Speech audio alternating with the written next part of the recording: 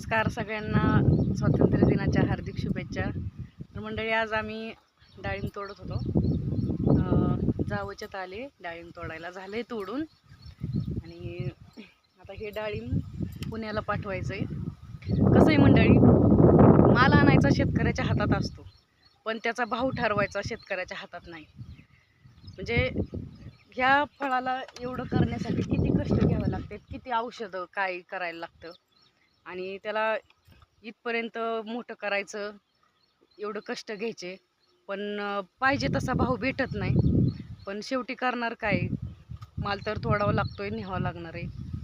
व्यापाऱ्यांना दिला होता, पण त्यांनी असा काटा लागलेला सुद्धा माल घेतला नाही, त्यामुळे एवढा माल पाठीमागं राहिला आणि तोडणाऱ्याला सुद्धा कळत नव्हतं की कुठला माल तोडायचा कुठला नाही।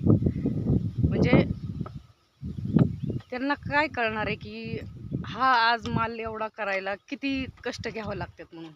आज त्यांनी काटा टोचलेला सुद्धा माल घेतला नाही, त्यामुळं आता पाठीमागं माल राहिलेला एक एक झाडाला एक एक कॅरेट भरलं। म्हणजे किती माल पाठीमागं ठेवला त्यांनी, हे आणू नका ते आणू नका असेच करत होते। आणि मग आज आम्ही 60 कॅरेट तोडलंय आणि आता हे पुण्याला पाठवायचंय।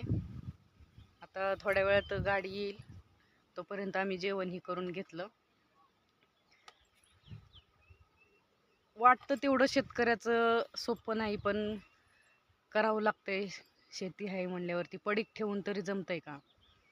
आणि याचा मोबदला पण तसा भेटत नाही, पण शेतकरी त्यातच समाधान मानतो आणि शेती करत राहतोय।